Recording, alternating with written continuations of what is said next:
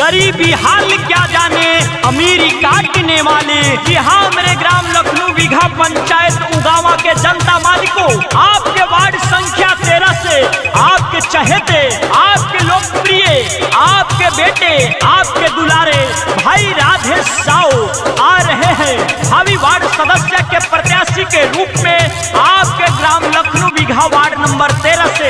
इस बार का चुनाव न जात पे न पात पे, वोट डाले तो सिर्फ और सिर्फ विकास पे।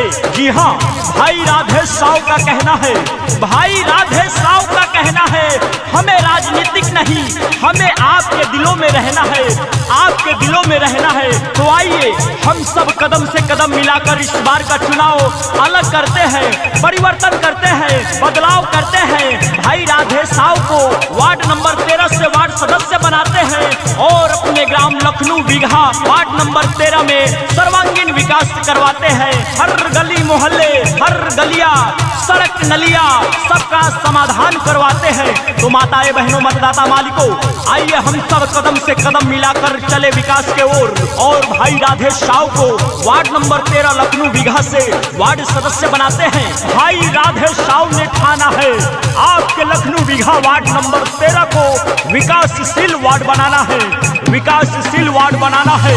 जी हाँ मतदाता मालिकों, तो आइए हम सब मिलकर साथ दे। ए भैया वार्ड नंबर 13 से बानी पड़ते आसी, भाई राधे साव जी बानी विश्वासी। राधे साव जिंदाबाद जिंदाबाद जिंदाबाद। ए चाची सुना वार्ड नंबर 13 से बानी पड़ते आसी, भाई राधे साव जी बानी विश्वासी। मानो बतिया न कहिले महाजाक वाली, मानो बतिया न कहिले महाजाक वाली। हो जीता जाई है तो, हाँ जीता जाई है तो, हो जीता जाई है विकास होई गली गहली। भैया राधे साव के मिलके वोट डाली, हो जीता जाई है विकास होई गली गली।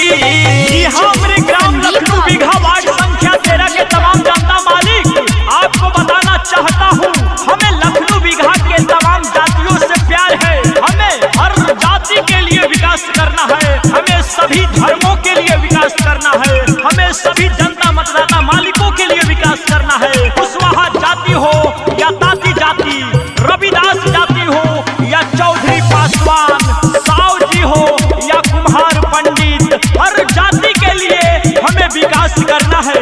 हमें वार्ड संख्या 13 में विकास की गंगा बहाना है, सरकारी एवं गैर सरकारी कार्यों का भरपूर लाभ दिलाना है। हमें लखनऊ बीघा वार्ड संख्या 13 को सुंदर वार्ड, विकासशील वार्ड, मॉडल वार्ड बनाना है। यह तभी संभव हो सकता है जब आप तमाम जनता मालिक इस बार भाई राधे साव को वार्ड सदस्य बनाएंगे, लखनऊ बीघा में सर्वांगीण समुचित विकास करवाएंगे। तो आइए विकास की तरफ एक कदम बढ़ाते हैं और भाई राधे साव को वार्ड सदस्य बनाते हैं। गरीबवन के सेवा खातिर बहनी तैयार हो, भैया राधे साव बारन बढ़िया उम्मीदवार हो। राधे साव जिंदाबाद जिंदाबाद जिंदाबाद। हाँ हाँ हाँ, लखनऊ बीघा 13 नंबर में होई खूब विकास हो, भैया राधे साव बदली है ना पूरा इतिहास हो। तबनी वृद्धा पेंशन राशन कार्ड हाली हाली मिली, इंदिरा आवास अब हाली हाली। हाँ जीता जाई है तो, हो जीता जाई है तो, हाँ जीता जाई है विकास होई गली गहली। भैया राधे साव के मिलके वोट डाली, जीता जाई है विकास होई हाली हाली।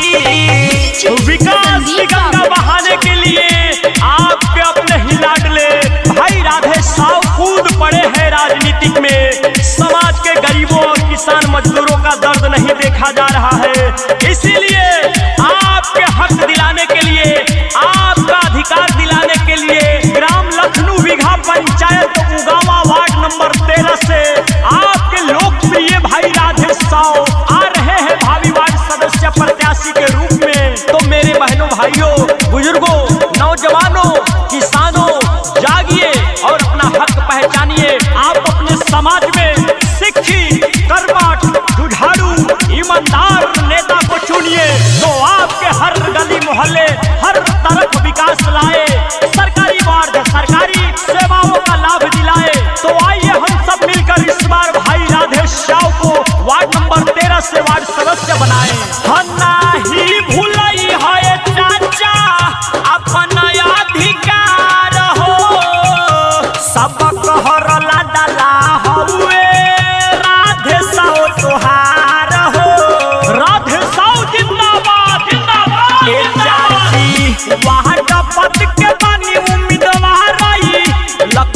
बिगहा तेरह से पड़ी हो न जनता मालिक केहू के फेरा में। लखनऊ बीघा वार्ड नंबर 13 के जनता फली फूली। लखनऊ बीघा वार्ड नंबर 13 के जनता फली फूली। जीता जाई है तो हो जीता जाई है तो हाँ जीता जाई है विकास होई गली गहली। भैया राधे साहू के मिलके वोट डाली। जीता जाई है विकास होई गली गली।